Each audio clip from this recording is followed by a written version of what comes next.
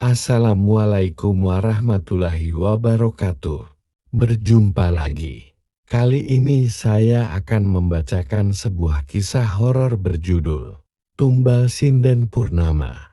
Jangan lupa untuk subscribe dan nyalakan lonceng agar dapat terus menyimak kisah horor mencekam terbaru dari kami. Selamat mendengarkan. Namaku Dira. 3 hari lalu, aku menerima kabar bahwa nenekku, Bu Jarmi, meninggal dunia di Desa Karangsari, sebuah desa terpencil di lereng Gunung Wilis. Anehnya, kabar itu datang bukan dari keluarga, melainkan dari seseorang tak dikenal lewat sepucuk surat berwarna kuning kecoklatan, tanpa perangko, dengan tinta tulisan yang seperti digores paksa. Isi suratnya hanya satu kalimat.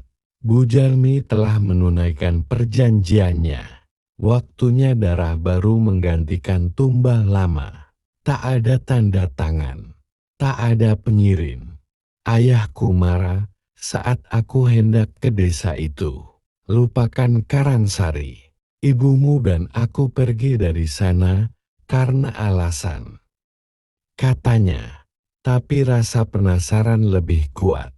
Aku ingin tahu apa yang sebenarnya terjadi dan kenapa nenekku disebut-sebut telah menunaikan perjanjian. Desa Karangsari jauh dari mana-mana. Jalanan berbatu, sunyi, dan tidak ada sinyal. Saat aku tiba, udara dingin seperti menyimpan rahasia yang membeku di antara kabut. Rumah nenek masih berdiri, tua dan kusam, dengan genteng berlumut dan dinding kayu yang lapuk.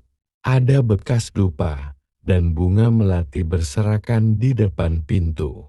Tetangga tidak menyambutku dengan hangat. Beberapa malah menutup jendela saat aku lewat. Hanya seorang ibu tua bernama Mbok Nah yang bersedia bicara. Waswaktun ngu, katanya lirih. Tumbal wis ditagih maneh. Apa maksudnya tumbal? Tanyaku. Mbok Nah gemetar. Nenekmu, sinden pesugihan. Setiap 30 tahun, kudu ana tumbal darah keluarga. Dulu ibumu dikirim kabur waktu kecil, tapi saiki, kowe mlebu maneh. Aku tertawa tidak percaya, tapi malam pertama di rumah itu membuat darahku beku. Sekitar pukul 2 dini hari, aku terbangun oleh suara gamelan. Gending Jawa pelan, menyayat hati, padahal jelas-jelas tidak ada siapa-siapa. Aku mengikuti suara itu ke ruang tengah. Di sana, ada sosok perempuan duduk bersimpul, mengenakan kebaya merah darah. Rambut panjang menutupi wajah. Tangannya menabuh bonang kecil yang muncul entah dari mana. Darah menetes dari matanya. Saat aku berteriak, sosok itu menoleh. Wajahnya bolong di bagian mulut, seperti ada yang merobeknya dari dalam. Aku belum kenyang. Kau darah berikutnya. Aku pingsan. Keesokan harinya, aku menemukan buku catatan tua milik nenek. Di dalamnya tertulis ritual pesugihan sinden purnama. Ternyata nenek membuat perjanjian dengan Hisap Dulurung Makhluk, halus penunggu hutan larangan. Ia menjanjikan harta dan kemakmuran desa, asal setiap 30 tahun, satu keturunan Bu Jarmi diberikan sebagai tumbal. Ibu selamat, karena dibawa pergi ayah sebelum waktunya. Tapi sekarang, waktunya aku. Aku mencoba kabur, tapi mobilku mogok. Jalan setapak yang tadi kulalui tiba-tiba seperti hilang. Bahkan Google Maps hanya menampilkan layar kosong. Dan setiap malam, suara sinden itu kembali. Puncaknya adalah malam purnama keempat sejak aku datang. Mbok Nah datang tergesa. Nu, nek kau orang donga utawa ngelawain, nyawamu dicokot doekan. Sampean kudu nutup ritual. Dia memberiku pusaka, keris kecil berhiaskan bunga melati kering. Ini keris warisan buyutmu, penolak Ki Sabdo. Dengan tubuh menggigil, aku mengikuti suara sinden ke kebun belakang. Di sanalah aku melihat ritual itu.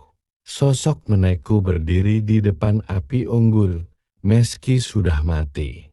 Di belakangnya, ada bayangan tinggi besar, berwajah merah aran, bertanduk dua. Dengan lidah menjulur panjang menjilat darah dari mangkuk tanah liat.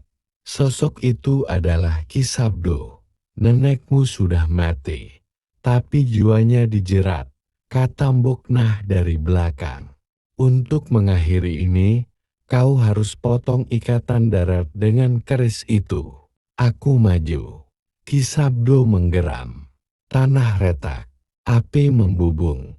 Saat aku tusukkan keris ke jantung sosok nenek, ia menjerit panjang terdengar seperti gending yang rusak.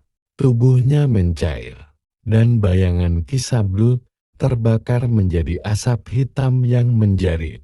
Sebelum hilang ke langit, tapi sebelum menghilang, ia berbisik padaku.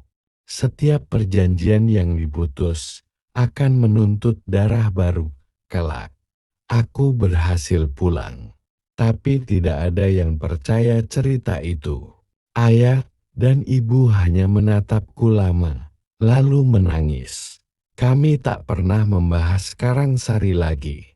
Namun kini, 5 tahun telah berlalu. Aku telah menikah. Aku sedang hamil anak pertama. Semalam, di ruang tamu, suara gamelan itu kembali terdengar, dan di pojok kamar ada bunga melati yang belum pernah aku letakkan. Apakah darah tumbal benar-benar telah berhenti, atau hanya tertunda?